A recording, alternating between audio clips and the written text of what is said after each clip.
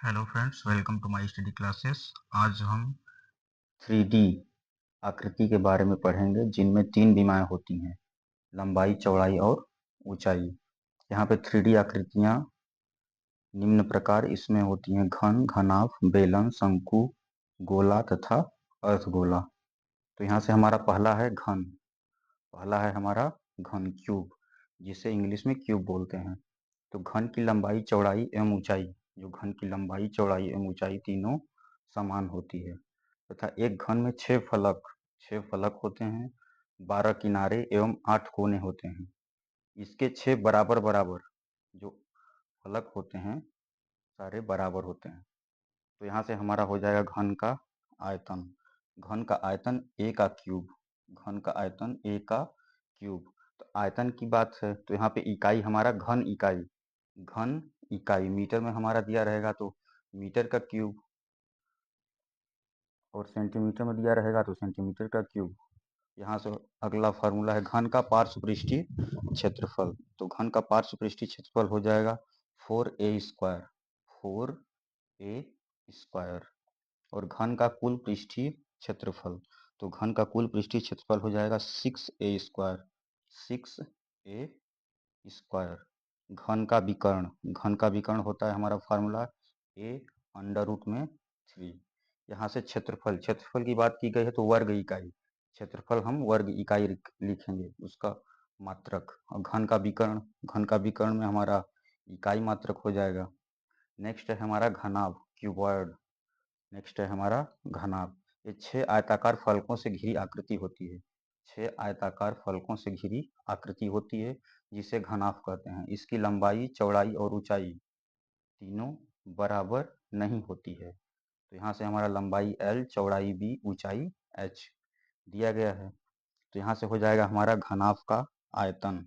सूत्र होता है LBH, यानी कि लंबाई गुणित चौड़ाई गुणित ऊंचाई।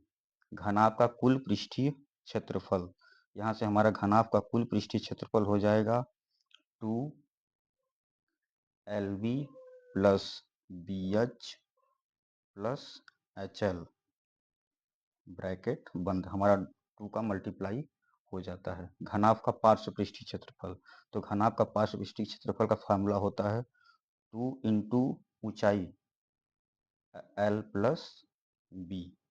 ये हमारा हो जाएगा घन का पार्श्व पृष्ठीय क्षेत्रफल।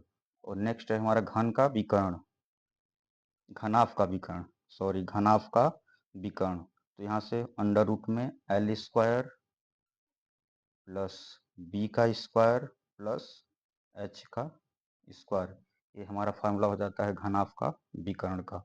नेक्स्ट है हमारा बेलन। बेलन भी हमारी एक त्रिविमीय 3D आकृति है जिसमें 2 वृत्त, ऊपर और नीचे 2 वृत्त बने होते हैं, और एक हमारा एक वक्र, ये आयत के नुमा का आकार होता है, इसके ऊपर 2 वृत्त लगे होते हैं। तो यहाँ से हमारा बेलन का आयतन हो जाएगा πr²h। πr²h। घन इकाई, आयतन है तो घन इकाई। और बेलन का वक्रपृष्ठ का क्षेत्रफल, सूत्र हो जाएगा 2πr इंटू h। ये हो जाएगा बेलन का वक्रपृष्ठ का क्षेत्रफल। फिर बेलन के संपूर्ण पृष्ठ का क्षेत्रफल, तो बेलन के संपूर्ण पृष्ठ का क्षेत्रफल, तो ये हमारा ऊपर का दोनों वृत्त जुड़ जाता है। तो यहाँ से हो जाएगा 2πr h plus r। 2πr h plus r। यहाँ से r हमारी क्या है, त्रिज्या है, और h ऊंचाई, h ऊंचाई है। नेक्स्ट है हमारा शंकु। नेक्स्ट है हमारा शंकु, कोन, जिसमें हमारा ऊंचाई h दिया गया है और तिर्यक ऊंचाई l, या इसे तिरछी ऊंचाई भी बोलते हैं, और हमारा ये त्रिज्या r है। तो यहाँ से हो जाएगा हमारा शंकु का आयतन 1/3 πr²h। और शंकु का वक्र पृष्ठीय क्षेत्रफल शंकु का वक्र पृष्ठीय क्षेत्रफल πrl। शंकु का वक्र पृष्ठीय क्षेत्रफल πrl।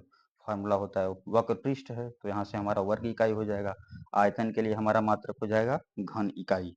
फिर यहाँ से हमारा शंकु के संपूर्ण पृष्ठ का क्षेत्रफल, होता है formula pi R L plus R, pi R L plus R bracket में शंकु की तिर्यक ऊंचाई एल बराबर अंडर रूट में एच स्क्वायर प्लस आर का स्क्वायर, यहाँ से शंकु की तिर्यक ऊंचाई हो जाएगा। और नेक्स्ट है हमारा गोला, तो यहाँ से गोला स्फेयर, तो गोला के लिए यहाँ पे हमारा त्रिज्या आर होता है, तो यहाँ से गोले का आयतन हो जाएगा 4/3 पाई आर क्यूब, गोले का आयतन 4/3 पाई आर का क्यूब। यहाँ से मात्रक हो जाएगा हमारा घन इकाई गोले का पृष्ठीय क्षेत्रफल, तो यहाँ से गोले का पृष्ठीय क्षेत्रफल होता है 4 पाई आर स्क्वायर, गोले का पृष्ठीय क्षेत्रफल होता है 4 पाई आर स्क्वायर। फिर नेक्स्ट है हमारा अर्धगोला हेमीस्फेयर, तो अर्धगोले का आयतन होता है हमारा 2/3 पाई आर क्यूब, 2/3 पाई आर का क्यूब। फिर अर्धगोले का वक्र पृष्ठ का क्षेत्रफल होता है 2 pi R square, 2 pi R square, वक्र पृष्ठ है तो हमारा वर्ग इकाई मात्रक हो जाएगा। अर्धगोले का कुल पृष्ठीय क्षेत्रफल, तो यहाँ से उसका फॉर्मूला हो जाएगा हमारा 3 pi R square, 3 pi R square, जहाँ पाई का मान क्या होता है, पाई का मान होता है 22/7, पाई का मान होता है 22/7 या 3.14, 3.14। तो यहाँ से हम 3D आकृति के सारे फार्मूले सॉल्व हो गए